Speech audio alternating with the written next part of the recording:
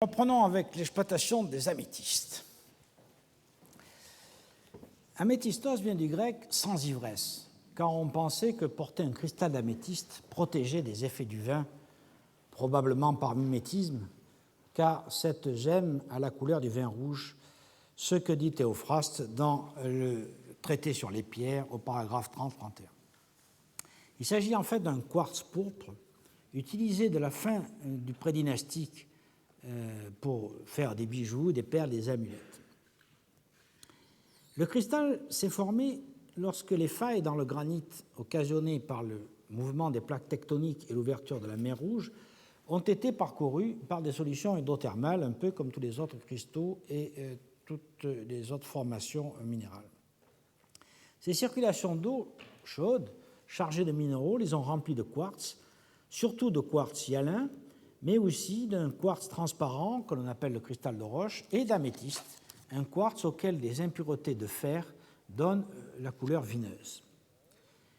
Deux mines principales sont connues dans le désert oriental, celle du Wadi el-Oudi et celle proche du Wadi Abu Diyeba. Le Wadi el-Oudi est situé au sud-est d'Aswan, que vous voyez ici, et le Wadi Abu Diyeba à la latitude, disons, de Safaga, et pas très loin de ce qui sera par la suite le mont Scodianus. Le district minier du Wadi el-Oudi donc, est situé à 25 km au sud-est d'Aswan. Il est formé de 3 zones d'extraction associées à 3 établissements fortifiés. La mine a surtout été exploitée au Moyen Empire et au Nouvel Empire, mais une partie a continué de l'être à l'époque romaine. Sur cette question, il faut se reporter à un article de Yan Shaw et de Jameson, paru dans le Journal of Egyptian Archaeology en 1993. La mine d'Abu Diyeba est-elle mieux connue grâce à une prospection récente de James Harrell et Steve Sidebottom, qui ont publié un article détaillé dans le bulletin de l'Institut français d'archéologie orientale en 2006, article qui s'intitule « The Ptolemaic to Early Roman Amethyst Quarry at Abu Diyeba in Egypt's Eastern Desert ». Le district minier, en fait, a été découvert en 1914 et il s'étend sur 3 km². Il est caractérisé par plusieurs centaines de tranchées, dont certaines mesurent plus de 100 mètres de long et qui sont parallèles entre elles et suivent des veines de quartz. Alors, vous voyez ici la localisation.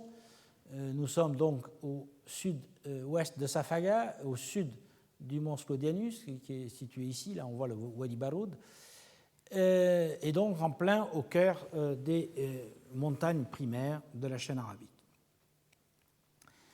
Et ici, une vue un peu plus détaillée du wadi en question, avec un établissement principal avec des habitations ici et un temple, et puis un autre temple dans la partie plus à l'est du wadi, et un autre établissement d'habitation. Et partout ailleurs, là où on voit tous les points, il s'agit de zones d'extraction et de tranchées. Les mineurs ont rejeté le quartz sur les côtés et ont conservé les améthystes, rejetant bien entendu les améthystes qui étaient trop pâles et peut-être récupérant également du cristal de roche à l'occasion.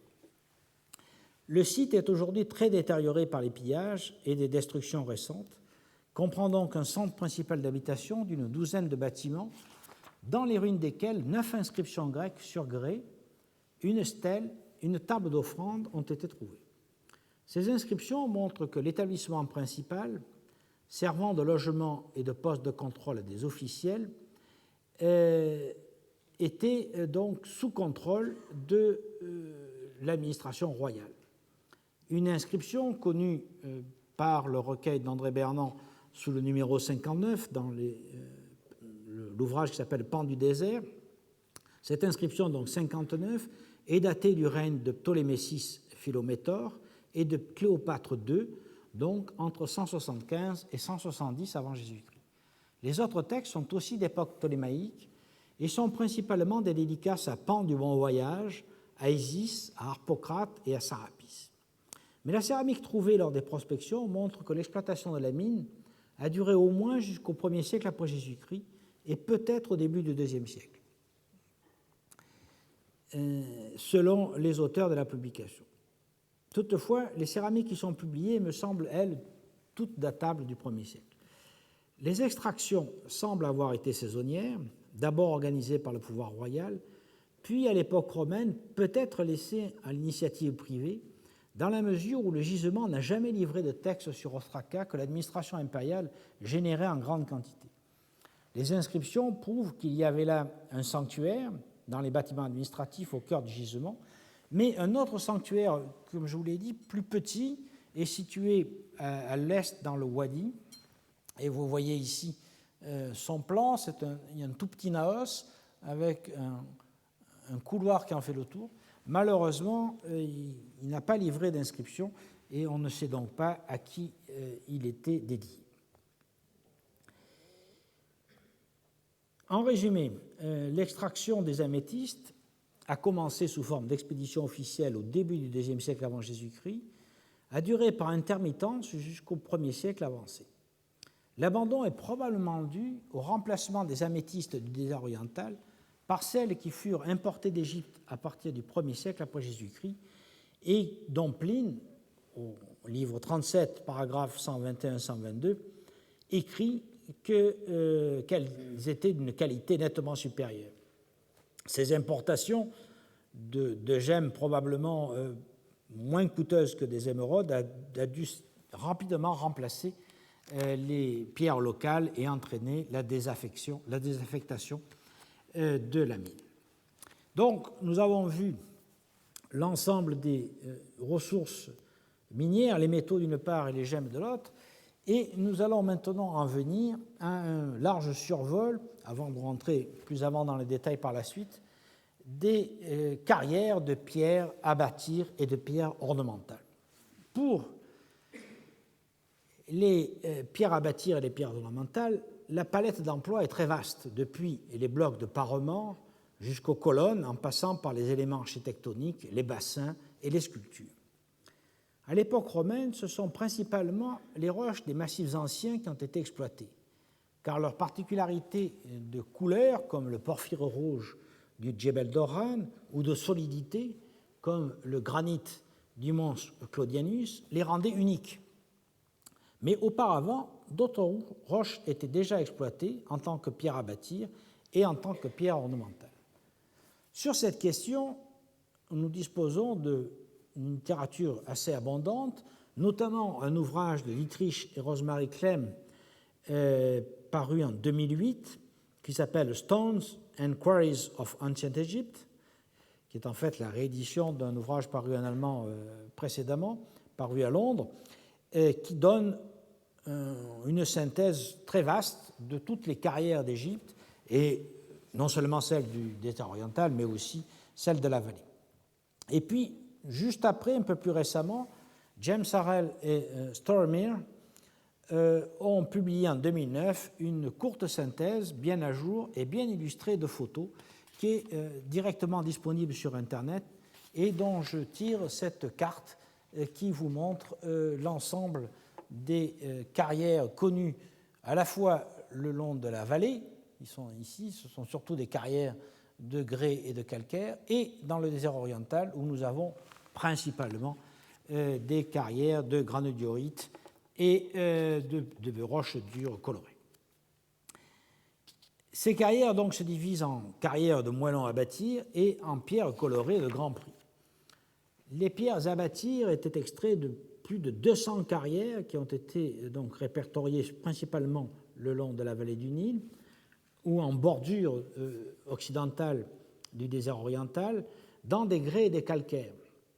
Beaucoup d'entre elles sortent de notre cadre car directement liées au Nil et donc assez faciles d'accès et directement exploitées par les habitants.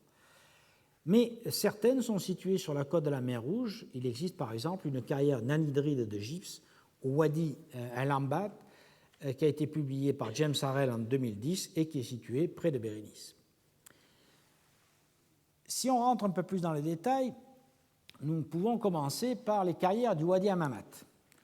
Dans le Wadi Hammamat, on a extrait depuis l'époque prédynastique une pierre que l'on appelle le Meta Grewake et que les anciens Égyptiens appelaient le Beren, qui est cette pierre sombre, noire à verdâtre foncé que vous voyez ici. Les latins l'appelaient lapis basanites. Ptolémée désigne la montagne, Ptolémée le géographe, désigne la montagne sous le nom de Basanitou Litou Oros, c'est-à-dire la montagne de la pierre basanite. Et Pline, dans l'Histoire naturelle, au livre 36-58, puis en 147 et 157, indique qu'il connaît bien la provenance et les qualités de cette roche en écrivant qu'elle a la couleur du fer et sa dureté, et en décrivant ses usages en médecine. C'est en fait une roche sédimentaire qui s'est formée de dépôts marins composés de mica, de feldspath et de quartz, cimentés par un sédiment argileux composé de mica fortement métamorphisé. On en a tiré d'abord des tablettes à écraser, puis au temps pharaonique, surtout des pierres pour faire des statues et des sarcophages. Mais l'exploitation a continué à l'époque romaine, comme nous allons le voir. De couleur noire à vert foncé, elle symbolisait le printemps, le renouveau, la régénération. Elle était donc particulièrement adaptée au sarcophage. À côté de cette pierre très prisée pour la sculpture notamment, on a exploité aussi une brèche appelée hékatonlitos en grec, que vous voyez ici, qui est en italien breccia verde d'Égypte, qui a été utilisé pour des sarcophages royaux à la fin du Nouvel Empire et à la basse époque, et sous l'Empire romain, pour tailler des colonnes, des bassins et des plaquages notamment utilisés dans les pavements en opus sectile. Le Wadi Hammamat était aisé à atteindre depuis Coptos, et les hommes savaient qu'ils pouvaient trouver de l'eau sur la route, à mi-chemin, dans l'oasis de la Keïta, qui est située juste ici, et à 5 km des carrières du Wadi Hammamat, au Bir de Bir Fawarir, qui, à l'époque gréco-romaine, s'appelait Persou, et où se trouvaient des mines d'or sur lesquelles nous reviendrons. Plus de 400 inscriptions pharaoniques, hiéroglyphiques, et 150 en démotique et en grec ont été gravées sur les parois rocheuses du défilé et des carrières. Alors, ici, sur cette carte empruntée à Dietrich Liem, on voit le passage à travers le Wadi Hammamat et la zone où se trouvent les concentrations de carrières, c'est-à-dire ici de ce côté et ici, notamment les carrières romaines sont sur le côté occidental de la paroi rocheuse, et le côté oriental, pardon, de la paroi rocheuse, comme nous le verrons par la suite. Ici se trouve au centre un petit sanctuaire qui date de l'époque de Tibère, sur lequel nous allons revenir, et toute cette zone est évidemment couverte d'exploitations de diverses périodes. La partie exploitée pour le grès Wake est ici, et toute la partie destinée à la brèche verte est plutôt dans la partie inférieure, enfin méridionale du wadi. Lorsqu'on débouche du wadi ici, on arrive dans le wadi Fawarir, wadi El-Sid, où se trouvaient les puits et les mines d'or. Donc, toute cette zone a livré beaucoup d'inscriptions d'époque pharaonique en hiéroglyphes et quelques-unes, comme je l'ai dit, en démotique et en grec. Elle se trouve surtout sur le flanc sud-est de la montagne, qui n'a pas été exploité à l'époque pharaonique, car probablement réservé en tant que domaine du dieu Mine de Coptos, qui était le seigneur du désert. Ces inscriptions, dont l'arc chronologique est très vaste, entre la 4e dynastie, vers 2500 avant Jésus-Christ, jusqu'à Maxime, qui était le fils de Maximin Ier le Thrace, une inscription datée de 238 dans notre ère. Ces inscriptions sont surtout des dédicaces à Mine, à Isis, à Horus, à Harpocrate, et elles donnent de nombreuses précisions sur les expéditions envoyées par les pharaons principalement. Durant l'Ancien Empire, par exemple, l'architecte en charge de construire la pyramide de Pépi Ier, qui a régné de 2393 à 2336 avant Jésus-Christ, dirigea une expédition dans les carrières pour extraire la pierre utilisée pour le sarcophage et pour certaines parties du temple funéraire. Une inscription publiée par Goyon en 1949 sous le numéro 21. Au Moyen Empire, une inscription également publiée par Goyon sous le numéro 61, datant de Sésostris Ier, dit que 17 000 hommes ont été envoyés pour extraire 180 statues et 60 sphinx qui ont été transportés dans la vallée. Un peu plus tard, Montuhotep III organise une expédition de 3 000 hommes et Montuhotep IV envoie 10 000 hommes pour extraire une pierre pour son sarcophage et son couvercle, et aussi pour creuser un puits. Sous les Ramessides, les carrières et les mines d'or voisines sont très largement exploitées. Le papyrus de Turin, déjà cité, daté de Ramsès IV, donc vers 1163-1156 avant Jésus-Christ, donne une carte des mines d'or et des carrières de pierre avec des indications de stèles, de puits, de citernes et de cabanes de mineurs. Ici, vous voyez la reconstitution de James Harold Brown, où on voit le passage donc dans le Wadi Hammamat et les emplacements des carrières et un peu plus loin des mines. Sous la domination perse, qui commence en 525 avant Jésus-Christ, Darius envoie pas moins de 7 expéditions pour extraire des pierres, et une statue de ce même roi, Darius, trouvée à Suse, est taillée dans du béryl. Les dernières inscriptions pharaoniques sont de l'époque de Nectanebo II, c'est-à-dire qui a régné entre 359 et 341, et elle se trouve sur une paroi rocheuse dite chapelle de Nectanebo, qu'on voit sur cette diapositive, où des marchands romains, plus tard, ceux qui étaient engagés dans le grand commerce avec l'Inde, ont écrit leur nom. C'est le cas, par exemple, du célèbre Caius Petitius. À l'époque pharaonique, comme nous l'avons vu, la pierre était exploitée soit en cherchant un bloc déjà éboulé et de bonne dimension, soit en insérant des leviers dans les failles de la roche, qui est une roche qui est assez faillée en fait. La première technique est bien illustrée, celle de rechercher un bloc, par 2 inscriptions, dont l'une dit que l'on a cherché un bon rocher pendant 8 jours, et l'autre annonce qu'on a découvert un bloc utilisable pour un couvercle de sarcophage. À l'époque romaine, en revanche, les carriers ont utilisé des coins de fer et des rampes pour descendre les blocs, comme dans toutes les autres carrières du désert. Sur le côté sud-est du Wadi, alors ici vous voyez un exemple d'un bloc en cours d'être fracturé en deux, et vraisemblablement il a cassé et donc on l'a abandonné.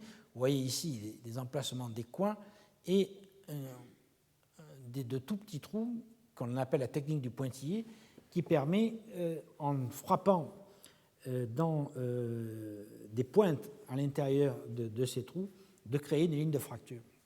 Donc ça, c'est une technique typiquement romaine qui n'avait pas été employée jusqu'alors, et ça a permis d'exploiter des bancs plus compacts situés dans la partie sud-est du gisement, la partie qui jusqu'alors était principalement réservée aux inscriptions et aux dédicaces aux dieux Mines. Et on voit ici la rampe qui permettait à l'époque romaine de descendre les blocs jusqu'au Wadi, rampe qui permet d'accéder aux carrières qui sont situées plus avant dans la montagne. La technique plus avancée de l'époque romaine a donc permis d'exploiter à nouveau la partie centrale du gisement, qui était presque abandonnée, et à une plus grande profondeur.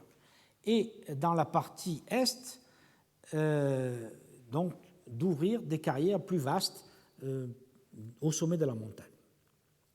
Dans la partie sud de la carrière, la brèche verte, comme j'ai dit, qui s'appelle en italien Breccia Verde Antica, qui était utilisée certes depuis le début du dynastique, a été à nouveau exploitée à l'époque romaine pour notamment des petites colonnes et des bases.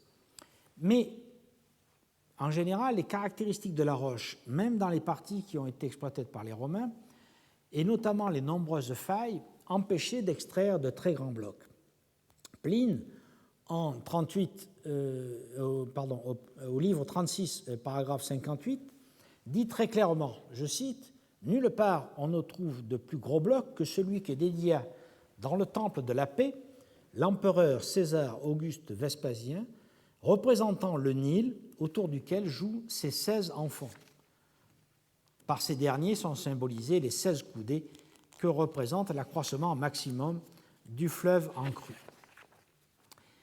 Et on voit donc que, même malgré les techniques de l'époque, on pouvait difficilement faire autre chose que des statues ou des sarcophages. Les carriers de la période romaine habitaient dans un groupe de cabanes construits sous Tibère et qui ont été fouillés de 1987 à 1988 par Anigas de l'Institut français d'archéologie orientale. Les constructions irrégulières sont groupées de part et d'autre d'une chapelle de plan rectangulaire qui est dédiée à Pan, c'est-à-dire à Mine. Alors vous voyez ici la chapelle centrale, ici une photo qui date de 1997, donc 10 ans après les fouilles, donc l'herbe un peu repoussée, avec le naos dans la partie centrale, et de part et d'autre, deux groupes de pièces qui ont été ajoutées et sans plan véritablement régulier.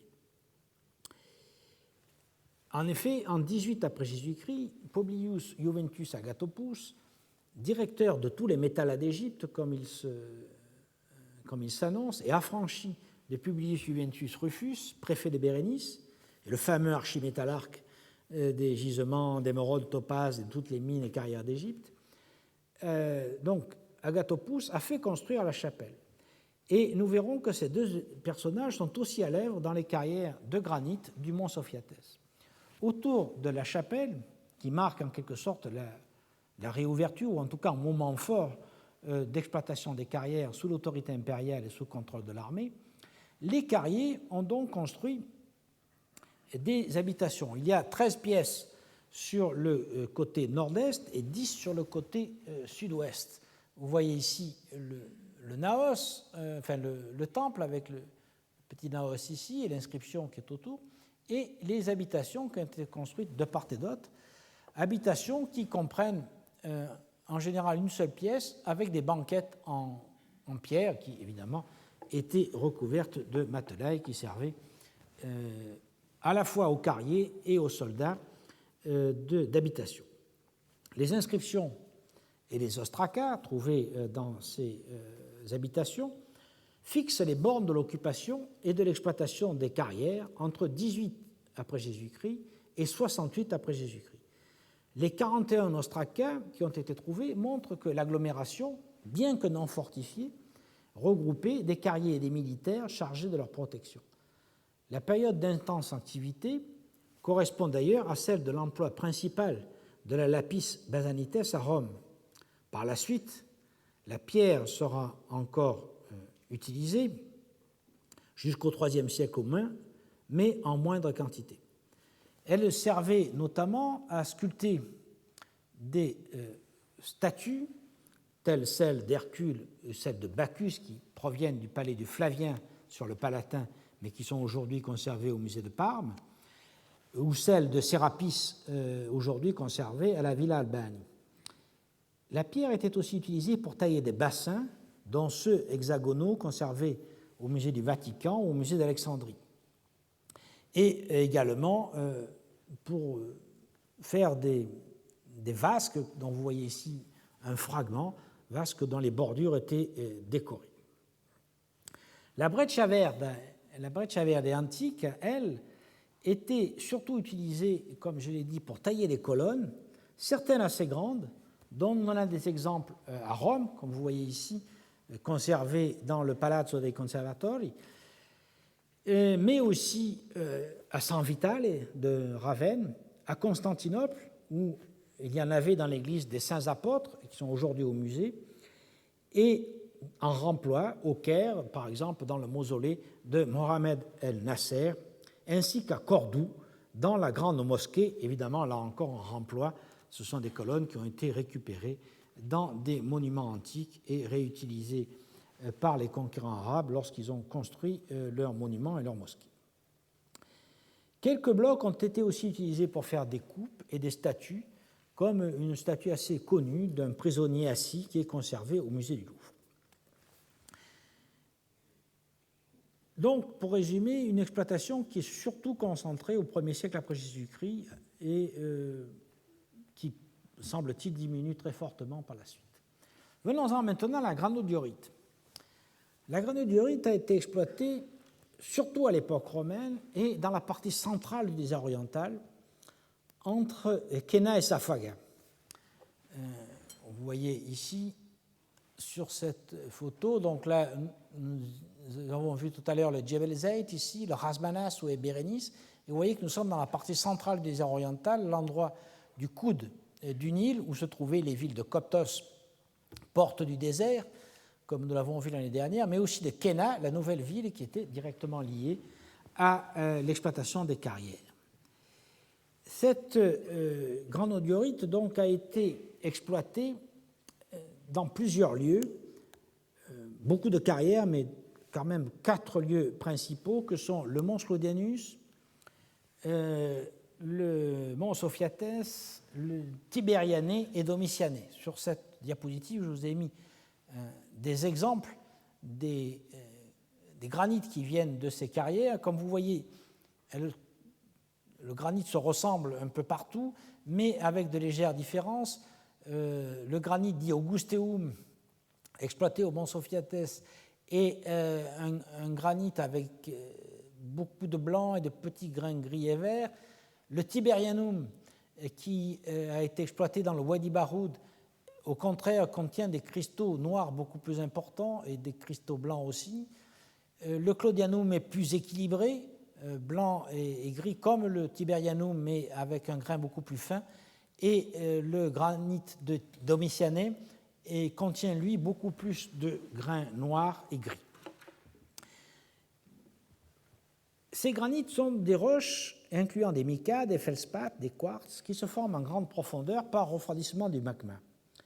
Elles montrent diverses nuances de gris vert, de gris noir, et furent particulièrement recherchées pour les grands monuments que les empereurs romains, à partir de Tibère, firent édifier à Rome, et également dans certaines villes d'Italie, comme nous le verrons par la suite.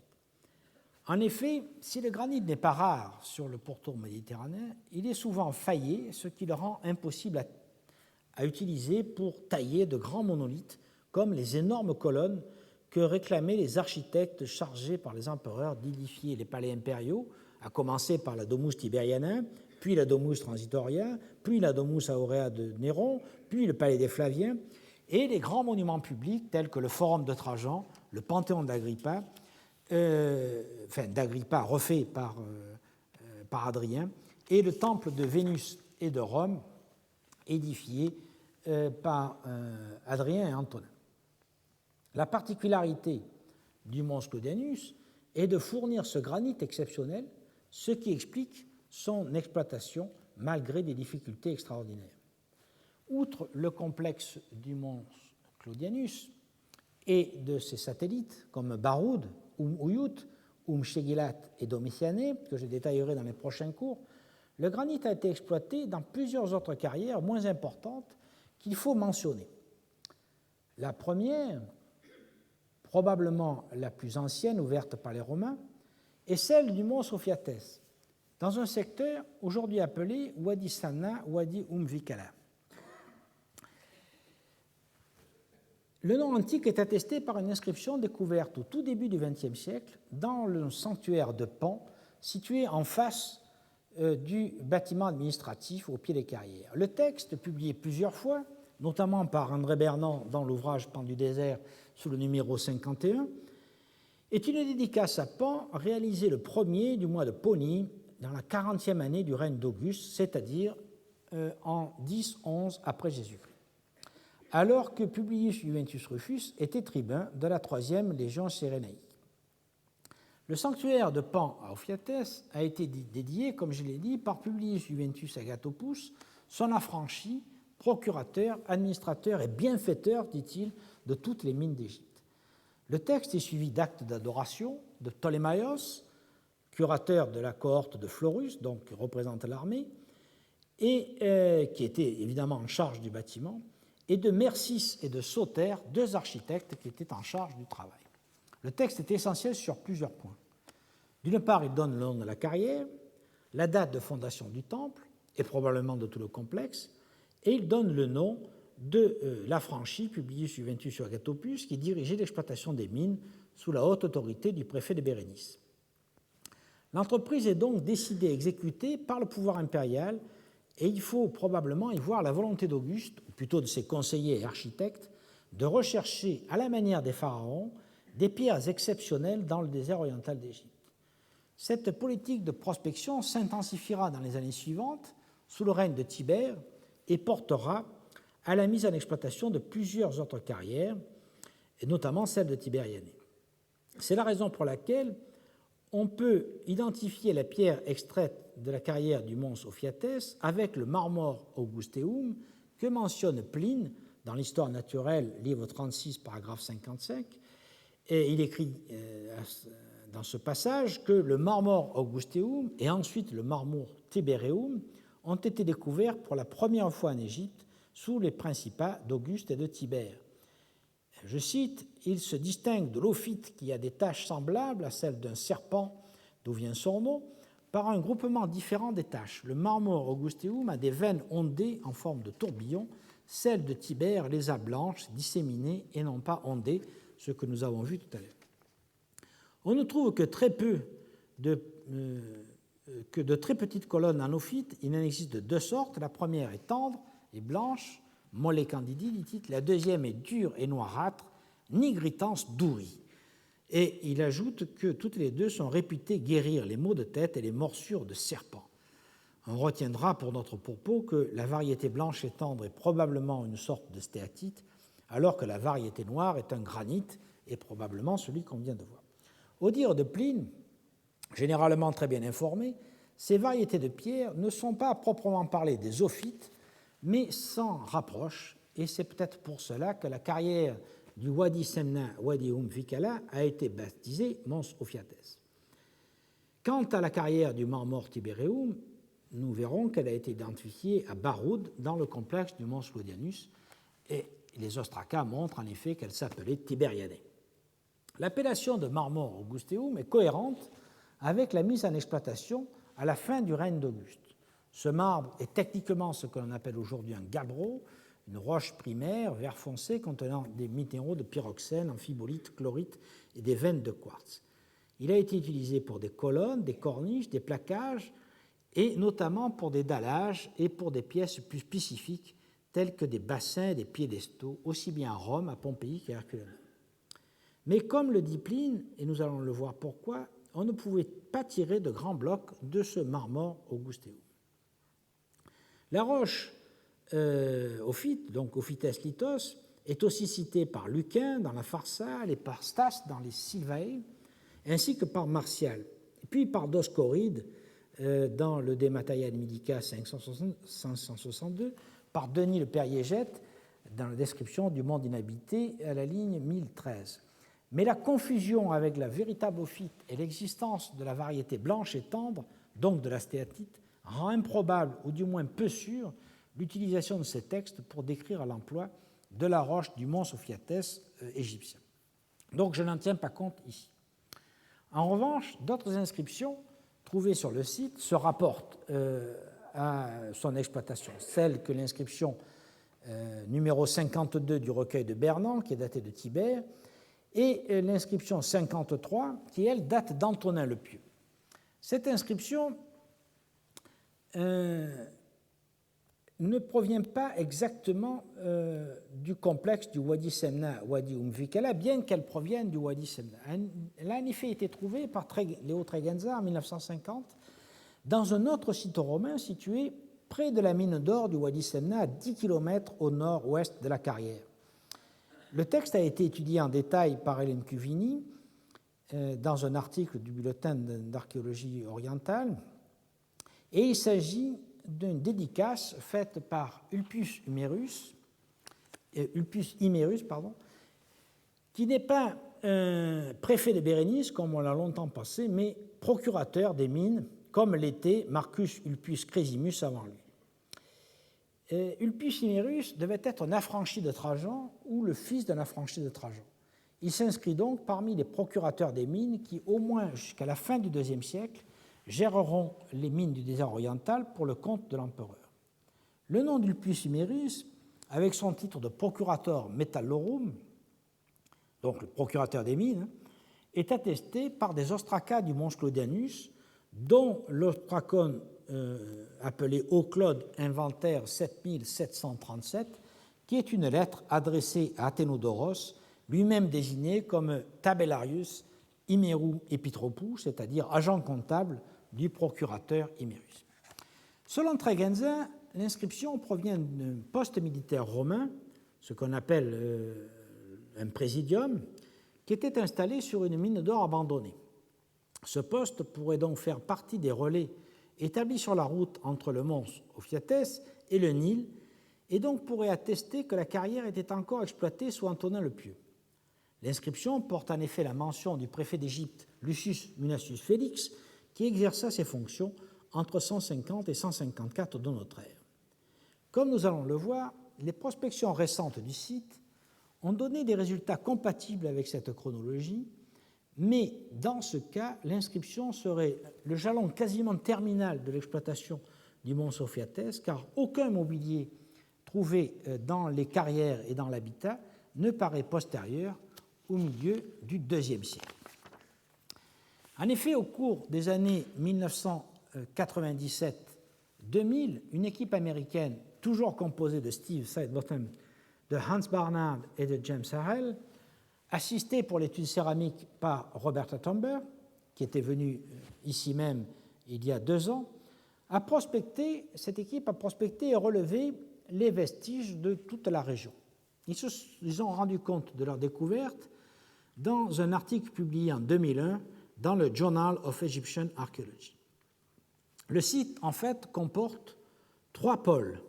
Un praesidium qui comportait un hydroma, c'est-à-dire un puits fortifié, gardé par l'armée, et situé au confluent du Wadi Vikala et du Wadi Samna. Un habitat de carrier, ici, comportant une citerne, des pièces d'habitation et un sanctuaire, situé à 2 km en amont, dans le Wadi Vikala, donc en remontant le Wadi ici, et 13 carrières de gabbros qui sont dispersées tout autour de cet habitat-là. L'administration romaine a d'abord fait creuser un puits dans le confluent des 2 wadis. Selon Sidebottom et ses collaborateurs, un premier établissement non fortifié aurait été établi autour du puits, c'est-à-dire ici. Ce qui est possible dans la mesure où il semble que les postes militaires du début du 1er siècle ne semblent pas fortifiés.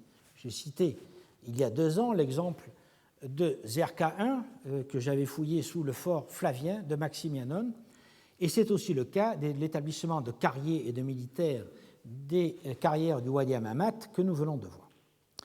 Dans une époque postérieure, qui n'est pas datée par l'équipe américaine, mais que les rapprochements morphologiques me font attribuer aux Flaviens, une forteresse a été bâtie avec une façade rectiligne et des tours d'angle semi-circulaires, ainsi qu'une porte ouvrant au sud. Le plan semi-circulaire de la partie arrière est similaire à celui du fort du Wadi Abu Khouayea, l'ancien Vetus Hydroma, et pourrait être dû à l'adaptation du plan au puits qui préexistait. Dans son état final, le présidium mesurait 56 mètres de long par 43 mètres de large. Il était défendu par 7 tours et à l'intérieur, on trouvait 21 pièces ouvrant sur la cour centrale et une vingtaine de pièces autour du puits. Par comparaison avec les autres carrières, on peut penser que les militaires devaient séjourner dans ce présidium et que les carriers étaient logés au plus près des carrières, soit plus au nord, dans le Wadi Vikala, où se trouve l'ensemble des carrières et où se trouve cette construction qui a été interprétée curieusement par les Américains comme une sorte de caserne qu'ils appellent Principia. Je rappelle que le terme Principia désigne en fait le bâtiment central d'un camp militaire où se trouve l'état-major, les bureaux et le sanctuaire. Or, il n'y a rien de tel ici. Il existe seulement un long bâtiment qui mesure 36 mètres de long par 11 mètres de large, que vous voyez là. Donc, ils ont appelé, à mon avis, à tort, Principia, et qui est situé sur le flanc ouest du Wadi. Il est certes entouré par un mur assez élevé, que vous voyez ici, assez bien conservé, qu'on peut assimiler à un rempart, qui est d'ailleurs parcouru par un chemin de ronde auquel on accède par un escalier interne que vous voyez dans la partie méridionale. Et il s'agit donc d'un habitat fortifié, mais comme vous le voyez, il n'y a pas de tour de défense. C'est donc un habitat qui était conçu pour résister à une attaque de nomades, peut-être pendant quelques heures, en attendant l'arrivée d'un détachement militaire stationné dans le présidium voisin. Il est évident qu'un détachement de quelques soldats était préposé à la garde des bâtiments, mais pour l'essentiel, comme au Mons Claudianus, ce sont les carriers eux-mêmes qui devaient y résider. Le bâtiment a été construit en 2 étapes, une première qui comporte la citerne, et puis une deuxième étape qui n'est pas datée, qui est un ajout dans la partie nord. Là, vous voyez ici la partie sud, l'entrée, l'escalier et la citerne, que l'on peut voir aussi sur cette photo prise par l'équipe américaine. La citerne, en pierre, avec un parement intérieur de briques recouvert d'un enduit de chaux, pouvait contenir environ 9000 litres d'eau qui étaient apportés par des norias de chameaux et d'ânes depuis le puits du Présidium, situé à quelques kilomètres. Il fallait un convoi d'une centaine d'ânes pour remplir la citerne. À l'ouest du bâtiment se trouve une aire de travail des blocs extraits des carrières et au sud, 13 cabanes en fer à cheval qui pourraient être des abris de travail. Donc, vous voyez ici, dans ce secteur-là, les abris de travail, et des cabanes aussi qui ont pu être habitées par des carriers dans les moments de grande exploitation. À l'ouest du bâtiment, sur le flanc oriental du Wadi, se situe, donc ici, le sanctuaire de Pan d'où proviennent les inscriptions. Il comporte 2 pièces éclairées par des fenêtres étroites et on accédait à la pièce sud, la mieux conservée, par une rampe, ce qui est assez caractéristique des sanctuaires de cette époque-là. Les fronts d'extension, eux, ont été répertoriés par l'équipe américaine qui a compté jusqu'à 13 carrières équipées de rampes de descente de blocs. Les blocs étaient descendus, donc vous les voyez ici, elles sont tout autour de l'établissement. Les blocs étaient descendus des zones d'extraction à l'aide de cordes et de traîneaux avant d'être placés sur des chariots depuis des quais de chargement. La plus longue rampe, la numéro 38, mesure 1 km de long et elle dessert plusieurs carrières. Et sur ces rampes, on peut voir encore des blocs qui étaient prêts à être chargés ou des blocs qui ont été abandonnés parce qu'ils présentaient des défauts. Sur cette photo, vous pouvez voir un bassin en cours de taille et quelques chapiteaux et bases de colonnes en partie dégrossis. Il fallait dégrossir les objets sur place, enfin les blocs sur place, afin d'alléger les blocs de toutes les parties inutiles et aussi de voir les défauts des blocs en cours de travail et donc pouvoir les remplacer tout de suite. À la différence du Mons Cludanus et du Mons Porphyrites, les trous de coin en ligne destinés à séparer les blocs de la roche-mère sont rares au mont Ophiatès. Comme la roche était faillée, on enfonçait des coins et des baramines dans les failles. Il y a quelques exemples de techniques de pointillés, mais principalement, on a donc extrait les blocs avec principalement des baramines. L'équipe américaine écrit que le puits du Wadi Semna a été creusé d'emblée et que les carriers ont d'abord exploité le gabbro dans les carrières 5 et 28, les plus proches du puits, puis ensuite l'exploitation se serait déplacée plus au nord, et c'est alors que l'on aurait construit les bâtiments du Wadi Vikala. On peut douter de cette chronologie relative et absolue, car aucun des fronts de taille n'est daté intrinsèquement, et que leur ordre d'exploitation peut avoir été tout à fait aléatoire, comme on a l'impression qu'il est au Mons Claudianus. Et surtout, il me paraît probable que la grande inscription de 11 après Jésus-Christ marque le début de l'exploitation. Elle est la dédicace du sanctuaire à Pan, seigneur des lieux désertiques, et les architectes ont signé l'acte d'adoration. Je pense donc que l'on a affaire à un binôme puis village de carriers, nécessité d'une part par le besoin en eau, on n'avait pas dû en trouver dans la partie amont du Wadi Vikala, et d'autre part par l'intérêt pour les ouvriers d'habiter au plus près des carrières afin de minimiser les déplacements. Un schéma analogue se trouve à Balad Kenelatomia, et j'y reviendrai. D'une façon générale, les datations de la durée d'occupation des sites est donnée par la céramique, vous voyez là, trouvée en surface, et qui couvre principalement le 1er et le début du 2e siècle. Ce sont des céramiques d'Assouan, des céramiques culinaires, des gargoulettes et des amphores égyptiennes de la région de Coptos, ainsi que quelques amphores importés, dont des amphores Dressel de 4 contenant du vin de Cilicie et des amphores de Chypre, ainsi qu'une amphore de Tripolitaine, identifiée comme une amphore à huile, mais que je crois être une Tripolitaine 2 destinée au transport du vin. Quoi qu'il en soit, au vu du mobilier publié, aucun vase n'est postérieur au milieu du IIe siècle, et donc l'inscription du puits Cimirus que j'ai évoqué en commençant marque peut-être la fin de l'exploitation, si tant est qu'elle ait quelque chose à voir avec les carrières de ce district précisément, ce dont on peut éventuellement douter. L'abandon de la carrière est probablement dû à la qualité de la roche et à ses nombreuses failles.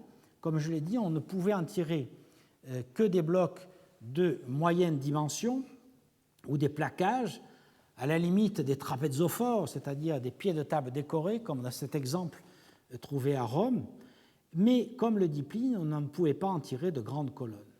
De ce point de vue, le mons Ophiatès est surclassé par le mons Claudianus, et le déclin de l'un correspond à la montée en puissance de l'exploitation de l'autre, ce que nous verrons dans un prochain cours, car je m'aperçois que j'ai déjà dépassé l'heure emporté par mon élan.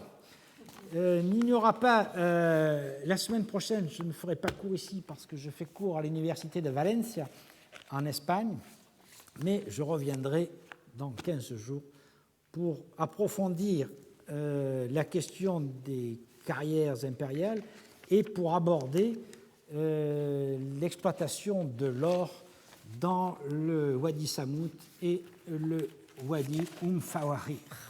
Merci.